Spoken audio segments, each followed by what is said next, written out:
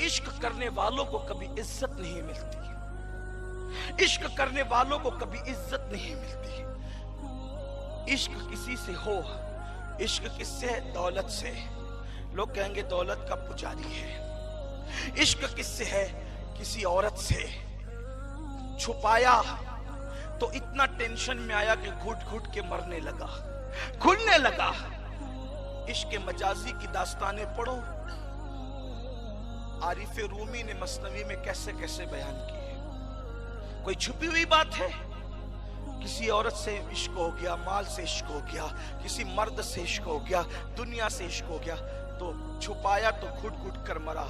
کبھی ایسا آیا کہ زہر کھا لیا مر گیا، پھانسی لگا لی مر گیا، کنویں میں کود کے مر گیا، عمارتوں سے کود کے مر گیا۔ چھپایا تو ناجائز اور حرام موت مرا، اور بتایا تو گلی میں سر اٹھا کے چلنے کے قابل نہ رہا، کیونکہ عشق عام ہو گیا تو لوگ کیا کہیں گے؟ دیکھ وہ تو فلاں سے عشق کرتا ہے، بولو سر اٹھا کے جی سکتا ہے؟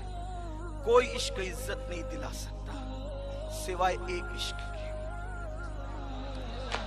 جسے عشق رسول کہتے ہیں۔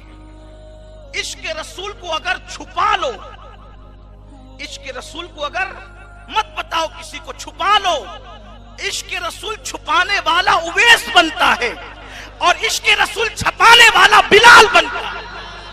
چھپاؤ تو بھی یہ فائدہ ہے، چھپاؤ تو بھی یہ فائدہ ہے، اس میں نقصان ہی نہیں ہے۔ چھپانے والے کے پاس علی و عمر جیسے جاتے ہیں کہ رسول اللہ نے کہا امت کے لیے دعا کر دیں، اور بتانے والے کو کعبے کی چھت پہ کھڑا کیا جاتا ہے۔ تو یہ عشق کبھی نقصان ہی نہیں پہنچاتا، لیکن دنیا نے اس قدر عشق کے سامان پیدا کر دیے کہ ہم سب سے عشق کر رہے ہیں، جس سے کرنا چاہیے اس سے نہیں کرتے۔ تو مجھے ایک انگریز مفکر کا قول یاد آتا ہے ایسے موقع پر کہ حضور کا عشق ہم کسی پہ تھوپتے نہیں ہیں۔ جو دنیا کے اندر الگ الگ مکاتب فکر ہیں، الگ الگ مسلک بنے ہوئے ہیں، میں سوچتا ہوں کہ وہ حضور سے کیوں پیار نہیں کرتے جو ہم ان سے مطالبہ کرتے ہیں۔ پہلی بات تو یہ کہ ہمیں ان سے مطالبہ کرنا بھی نہیں چاہیے، کیونکہ وجہ یہ ہے کہ عشق کیا نہیں جاتا ہے، عشق ہوتا ہے۔ پہلی بات تو یہ ہے، ایک بات۔ دوسری بات یہ ہے، جس سے عشق ہوتا ہے، جو جس کو جتنا جانتا ہے وہ اس سے اتنا عشق کرتا ہے، جو جانتا ہی نہیں اس سے عشق کیا ہو۔ ایک آسان سی بات آپ کو بتاتا ہوں، دیکھو ایک پیر صاحب نے اپنے ایک مرید کو انگوٹھی دی اور فرمایا بیٹا یہ انگوٹھی لے جاؤ اور مارکیٹ میں اس کو بیچنا، لیکن جب کوئی قیمت لگائے تو پہلے مجھ سے مشورہ کرنا، اس کے بعد اس کا سودا کرنا۔ وہ انگوٹھی لے کر کے چلا، اور جانے کے بعد ایک بھٹیارا جو روٹی پکا رہا تھا، بھٹیارا سمجھتے ہیں نا باورچی، جو روٹی پکارتا بھٹیارا، اس کے پاس گیا، کہا میں پیر صاحب کی انگوٹھی ہے، کتنے میں لوگے؟ اس نے کہا 4 روٹیاں لے لو، انگوٹھی دے دو۔ اس نے سوچا 4 روٹی کی قیمت لگ گئی، پھر وہ پیر صاحب کے پاس آیا، حضرت وہ 4 روٹی کے بدلے جو ہے وہ انگوٹھی خریدنا چاہتا ہے۔ پیر صاحب نے کہا کہیں اور جاؤ۔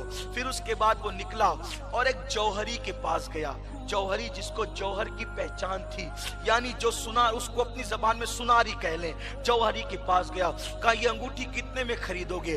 تو اس نے ہزاروں اس کی قیمت لگائی۔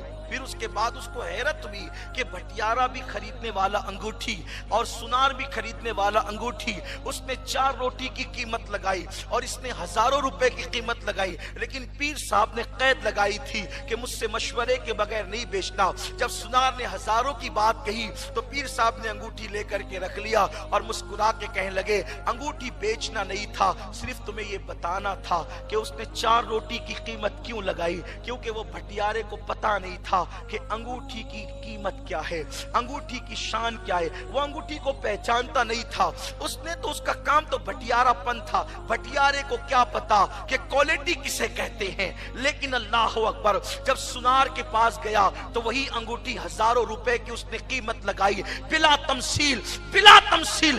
جس نے رسول اللہ صلی اللہ علیہ وآلہ وسلم کی معرفت حاصل نہیں کی، وہ تو نبی کو اپنے جیسا کہنے لگے، اور جن کو رسول اللہ کا جلوہ نظر آیا تو انہوں نے کہا کہ کہہ لے گی سب کچھ ان کے، ثنا خاں کی خاموشی، چپ ہو رہا یہ کہہ کے میں کیا کیا کہوں تجھے۔ میرے پاس نعرہ تکبیر، جشن عید میلاد النبی، نعرہ تکبیر۔ جن کو یار کا جلوہ جو جانتے ہیں، جوہر کی گت جوہر ہی جانتا ہے، تو جن لوگوں نے جلوہ دیکھا وہ کہہ اٹھے یا صاحب الجمال و یا سید البشر من وجهك المنیر لقد نور القمر لا يمكن الثناء كما كان حقه بعد از خدا۔ بزرگ توئی قصہ مختصر۔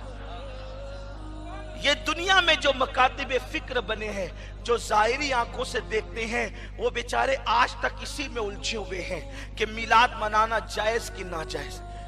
دنیا چاند پہ جانے کی بات کر چکی، اب مریخ پر بستی بسانے کا پلان بن چکا، سمندروں کے اندر بریج بن رہے ہیں، اندر بریج بن رہے ہیں، یہ حال ہے، اور ابھی تک اسی پر لڑ رہے ہیں کہ میلاد منانا جائز ہے کہ ناجائز۔ میں کہتا ہوں کہ کون ایسا ہے جس کا میلاد نہیں منایا جاتا؟ دنیا میں کوئی ایک بندہ بتا دے جس کا میلاد نہیں منایا جاتا۔ ارے کسی ایرے گہرے حمال اور چور کے گھر میں بھی بچہ پیدا ہو تو وہ چور بھی اپنے بچے کی پیدائش پہ خوشی مناتا ہے کہیں ایسا کہ جہاں بچہ پیدا ہو ماں باپ بیٹھ کے رو رہے ہو کہ پیدا کیوں ہو گیا؟ ہاں ایک دروازہ ہے ایسا، جو بچے حلالی پیدا نہیں ہوتے وہاں لوگ بیٹھ کر کے روتے ہیں، اور جن کے بچے حلالی پیدا ہوتے ہیں وہاں روتے نہیں بلکہ خوشی کرتے ہیں۔ اب آپ مجھے بتائیں کہ ایرے گیروں کے بچے پیدا ہو تو خوشیاں کی جاتی ہیں، کہیں تھوڑی کہیں زیادہ، لیکن خوشیاں تو ہوتی ہے یار۔ پھر آخر میں پوچھنا چاہتا ہوں، تیرے گھر میں پوتا پوتی پیدا ہو تو خوشیاں ہوتی ہے، اور آمینہ کا لال پیدا ہو جائے تو پھر خوشیاں کیوں نہ؟ آخر وہ کون سا موقع؟ میلاد ہی کے موقع پہ تو خوشی ہوتی ہے، اور میلاد ولادت کو کہتے ہیں، پیدائش کو کہتے ہیں۔ یہ عجیب سی باتیں ہیں، لیکن یہ ساری چیزیں نادانی ہیں، یہ ساری چیزیں نادانی